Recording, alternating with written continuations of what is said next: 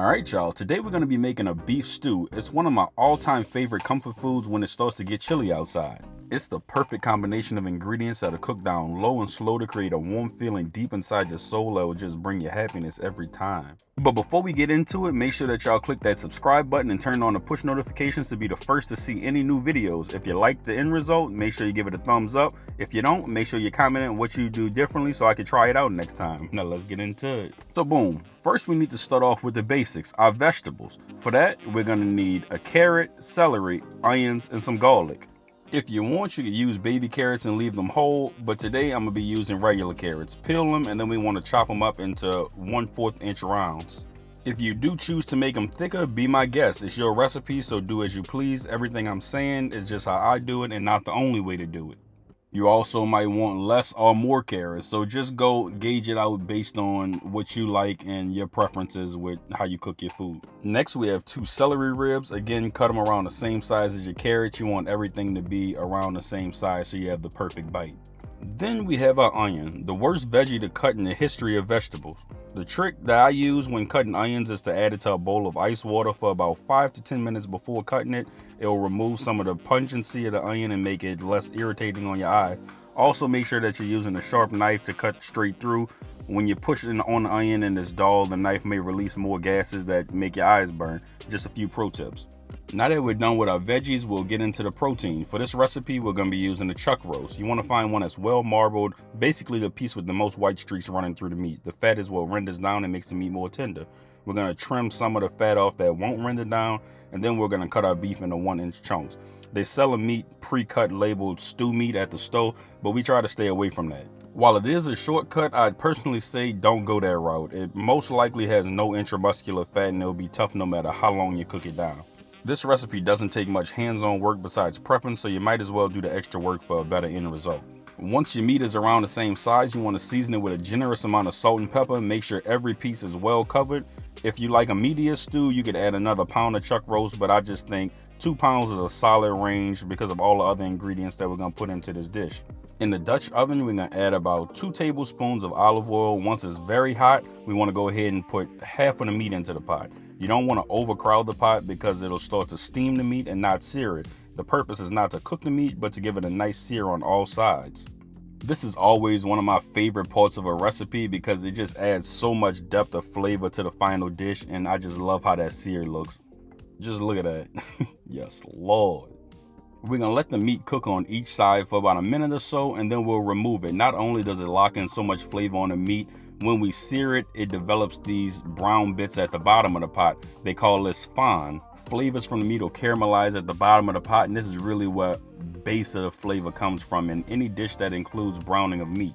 Next, we need to make sure that we lock in those flavors. We do this by adding the onion, celery, and carrots. The moisture from the veggies will help get those bits up from the bottom of the pot, which we call deglazing. We're gonna let those vegetables saute for another 4 minutes or so until they're nice and tender.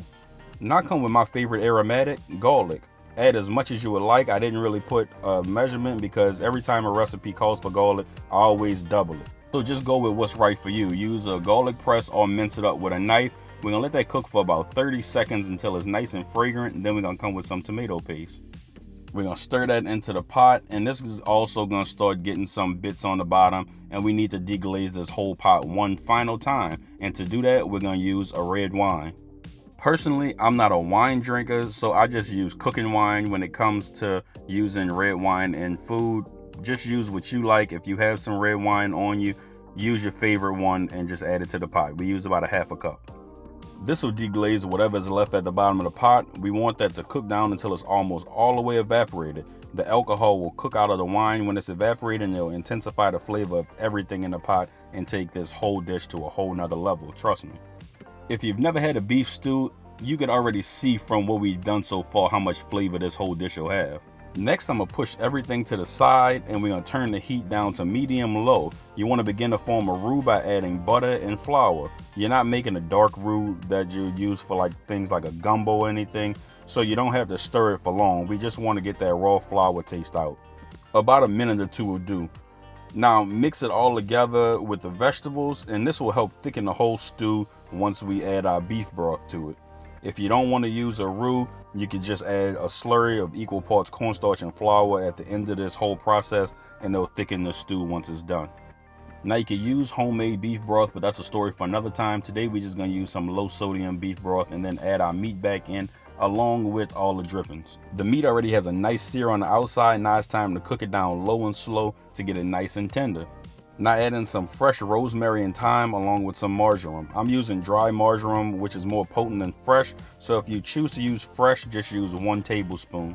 This herb is often confused with oregano, but it's slightly different. Marjoram is a little sweeter and it doesn't contain any spicy notes like oregano. It's great in stews and soups and adds a woody, citrusy, and fresh taste, but if you don't have that, just add oregano. And of course, we got to add some bay leaves. It adds a little bit more of a herbal flavor, and I love bay leaves in a lot of my southern dishes. For this stew, I'm only going to add some paprika, salt, and pepper because of all of the other flavor notes that we have in the pot. Feel free to use whatever spices you want. Just remember, if you ain't sneezing, it ain't seasoned.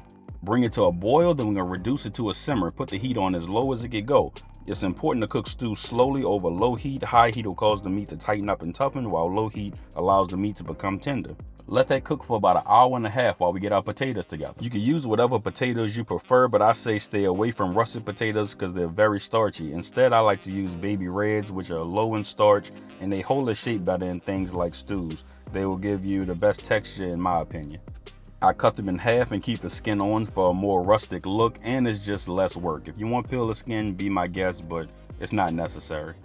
Now you want to go check on the stew and remove all the thyme and rosemary stems. They've served their purpose and we don't need to eat that. Also remove the bay leaves. Go ahead and put that wrist to work, give it a nice stirring, and look at that. Yes, Lord.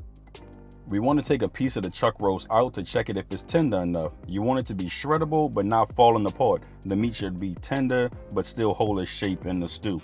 On the other hand, if we were making stuff like pot roast, I would want this way more tender and falling apart. Once your beef is to your liking, we're going to go ahead and add in our potatoes. We want to bring that back up to a boil, then reduce it to a simmer. And we're going to let that go for about another 20 minutes or so. Based on the size of your potato, it might take a little longer, it might take a little less. But at the 20-minute mark, just go ahead and check it to make sure that it's fork tender.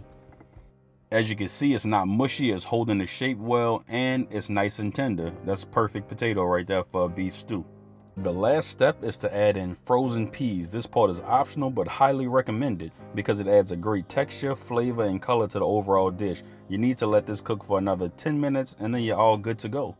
This dish is so great for when it starts to get chilly outside. It's full of flavor and it just makes you feel warm inside. You can adjust this recipe to your liking. I always say there's no one way to make a recipe, so do what your palate desires. Some people even add things like mushrooms. It's just not my thing. But if you like it, I say go for it. Lastly, I love to pair this beef stew with grilled French bread. Trust me, if you guys enjoyed this video, make sure to give it a thumbs up, subscribe, and turn on those push notifications for more videos just like this. If you have any tips of your own, make sure to leave them in the comments. And just like my name, you're all done.